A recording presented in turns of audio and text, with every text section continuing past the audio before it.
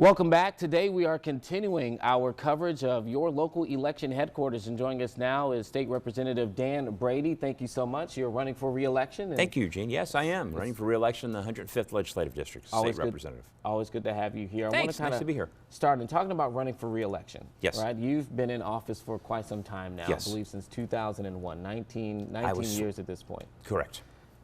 What is your biggest point when it comes to term limits, right? What would be your biggest argument against term limits? Well, I think on a couple fronts. Number one, with term limits. One, I am not an advocate of trying to tell the people who they should or should not be electing and how long, and negotiate with the fact that how long someone may or may not stay. I think especially when you run in a House district, every 2 years you stand in front of the people, and the people have the process called an election to make their decision of what they want to do. The most recent election, the last election cycle that I went through, individuals who were the electorate, they chose to give me a term extension, not a term limit. And I think it's good that you stand before the people that often, and they make their decision. I think to negotiate the fact that you only be somewhere for a certain time, or say you only do this or this or that, really kind of gives the air parents that you know more than the voters, and that if you navigate and craft something a certain way, maybe the voters will buy into something. If other you just stand and say, you know, I'm running for office, I'm asking to earn your trust, and you decide how long I'll be somewhere if I want to keep running myself. What would you say has been your biggest accomplishment in that span? I mean, for that duration of time that you've been in office, what would you say we would tell people, this is what I've been able to achieve? Well, I think on a couple fronts. Number one, higher education, and some of the things we've been able to accomplish in higher education, especially focusing in on trying to help students in their debt, expansion of the MAP grants, looking at the new AIM High program, all designed in higher education, of which I'm my minority spokesman on the Appropriations Committee, all designed to try and help students with their debt. Number two, I think some of the things that we've done on for the insurance side of things and trying to protect the consumer. And number three, individual policy legislation that I played a role in was back when identity theft was at its height, and looking at, in particular, not only trying to prevent identity theft and help in that area, but how do we restore somebody's credit rating after their identity has been stolen and their entire credit side of things has been ruined. That's where we had legislation I was very proud of to be part of, to help try and restore that for the individual that had been harmed. One of the issues facing the state of Illinois is a lot of people are leaving the state of Illinois. There's been tons of different studies that looks at how many people have been departing and moving elsewhere, and Illinois is ranked among one of the top states for people departing the area. What can be done to first stop people from leaving, and then even attracting people to Illinois? Well, I think number one, if you look at what's been done in higher education and the stabilization of trying to help those numbers of some of our best and brightest, and the outsourcing, if you will, going elsewhere for higher ed, and some of the things we've done, and what I just talked about, a creation of a new AIM High program, the funding side of things to help students manage and have the least amount of debt as possible. That's one area. Then you look at business. What we have to do is we have to continue to try and let the majority party know and hopefully understand that when we look at serious workers' compensation reform packages, since I've helped try to negotiate over the last several years, is very, very important, and how government can stay off the back of business. Those are all things that are important. We have some great businesses that stay here in Illinois that have been able to expand in Illinois. We want to obviously keep them in Illinois, but we want to recruit more. And when you have the infrastructure that we do, meaning roads, and the access in and out of, and the transportation side of things from airports, et cetera, companies want to do business here in Illinois. We got to make it as business friendly as possible. And one of the ways that you do that is from a regulation standpoint to keep government off the backs of people. And that's been a challenge in Springfield. You mentioned that a lot of people point to taxes and the height of taxes. The governor is really pushing the progressive income tax that's coming in. Double-ended question for you on this point. Can you clarify for people who may not know your position on the progressive income tax? Right. And do you think that it will actually pass? And if it does, what will happen? Well, first off, I was a no. I voted no on the graduated income tax. I don't believe that the actual plateau of those who can pay on the higher end of things is going to be enough to sustain what's trying to be brought in by revenue. And so that means I think that particular number will shift to the middle class, the very people it's trying to help protect. And so I think it's going to be very similar to New York, to where the actual focus was for the higher end, and it ended up hurting the middle class because there wasn't enough for the higher end. I think the same thing here is of great concern. So I was a no. I think that the rates have fluctuated back and forth of what someone's truly going to be paying. That was a concern of mine. Now, I'm glad that it's going to go before the voters in the November general election on a constitutional amendment question, and we'll see what the voters decide. I don't have the crystal ball of what's going to happen or not happen, but I'm very concerned about the fact that in a couple of areas. Number one, that it's going to be something that doesn't end up hurting the middle class, and number two, the idea that the governor has talked about in his proposed budget that he will hold back a certain percentage of dollars, that if that doesn't pass, that money will be held back to try and help balance the budget.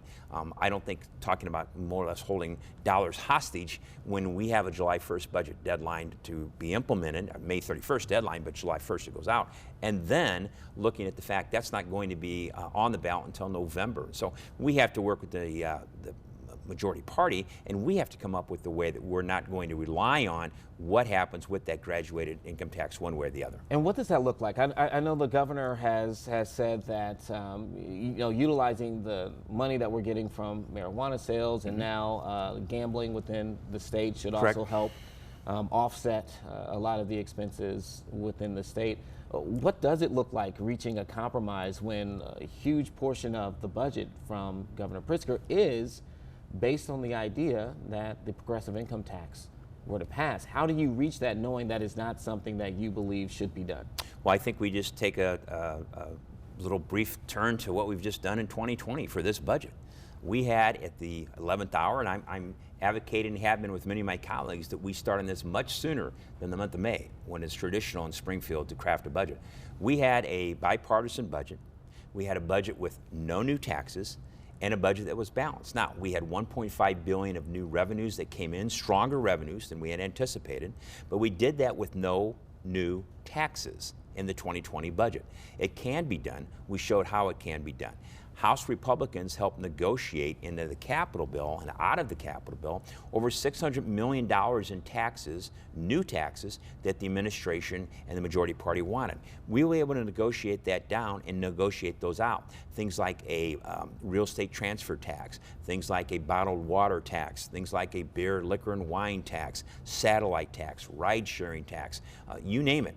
We negotiated all those out. Over $600 million of new taxes, we were able to negotiate out. And we did that in a variety of ways, of having communication, actually being at the table and show why these things were bad and how we can live within our means of the revenue that we had. And we did it. We can do the same thing again. We don't need to have what's proposed to be the highest budget in the state of Illinois with an increase of $2.2 billion potentially in spending. We have to stop it, and we'll do everything we can from the House Republican caucus to do that.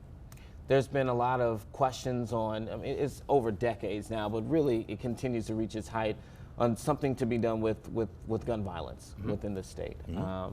It seems more and more we have school shootings, mass shootings across the country.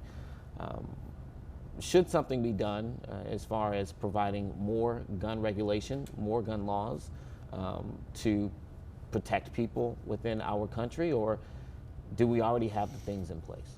Well, I think we have a lot of safeguards in place and legislation we presently have, the FOID card, et cetera. Background checks.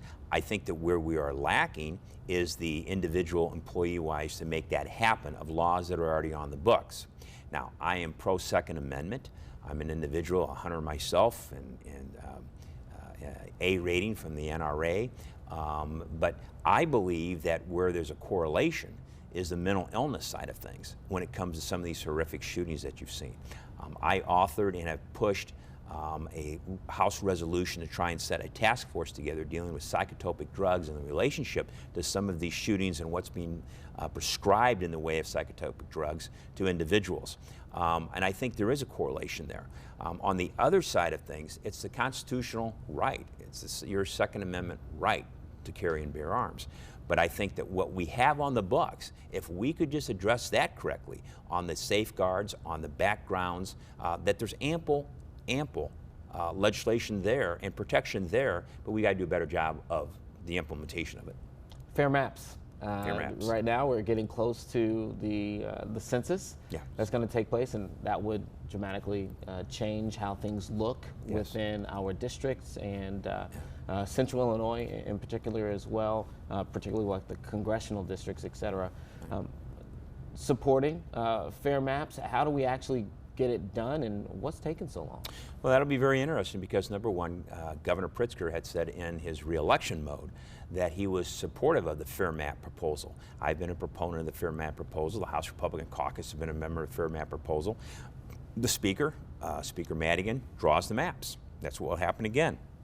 There has been a couple different opportunities and drives, if you will, petition drives and work by so many to try and change that process, to change it to something like Iowa and follow more of the technology side of things, the computer-driven population bases of districts and what have you, not the traditional political way. I'm certainly for that. That has not occurred yet in Illinois, and it's going to be very difficult to get it that way. But I think you will see our caucus push and remind the governor that he was for fair maps, and as we get closer to that, to see if we can actually get that done. But certainly the majority party has not been in favor of that, and that's going to make it very difficult coming from the minority. You say it's difficult, but do you think that it will actually take place this time? I don't know that it's going to take place this time for this draw, this remap cycle. I think a lot of it will be interesting to see what the governor signs or doesn't sign, and what type of pledge, if you will, or discussion that he had, and what he's reminded about, and what he comes to do when it comes time to sign that actual proposal. I know we'll be voting for fair maps. All right, last question I have for you. Just a reminder to people, or anything that you would like to say as far as why people should re-elect you to this position. Sure. I've had the honor to represent the 105th District. I've been very approachable, accessible, and reliable. I've been the type of individual that comes back after that election's over, back to your community, whether that be a fundraising event, whether that be something for the schools, the fire department, pancake and sausages, wherever. And I'm an individual who's accessible and listens. That's number one. Number two, I know the people, and they know me, and they're comfortable with that. They just recently gave me a term extension, as I said, in the last election cycle, against the same individual I'm running against this time. And the reality is that I've been conservative in my approach when it comes to government, but reality, knowing that we have to negotiate and work with the majority party to get things done. When we got things done in the capital bill, of which I was supportive of, the infrastructure bill, which talked about the increase in the gas tax, we haven't done anything since 1990 in this state. And I've got needs over in the 105th District, like many of my colleagues do across the state, with the Illinois State University and building, with the roads and bridges, and over $170-some million will be coming to the 105th District to deal with roads, bridges, and the infrastructure needs in the state. I have voted against every proposed pay raise when I've had the opportunity to do so. The most recent pay raise that was brought up was something that became automatic because the bill that I was on is one of the co-sponsors was never called. And so therefore, I was left to do one thing: return, after I pay taxes on the money, return that increase back to the state treasury, of which I did last year when the first check came out. And so there's a lot of rhetoric that goes on in campaigns, and that's what, is part on some people. The reality is I think it's very important that the electorate does fact check and really looks at things. I've been part of what has been an overall conservative approach endorsed by the Chicago Tribune, the Illinois Farm Bureau, pro-life, and I think all those things speak to my ability to get things done at Springfield for my district, for the people I represent, and the accessibility that I offer and the constituent services that I offer. I think that's an individual that works on behalf of the people, and that's what I try and do every day, and they've been responsible. All right, State Representative Brady, thank you so much for being here today. Thank you. I appreciate it. All right, Absolutely. Gene. Thank you, sir. Absolutely.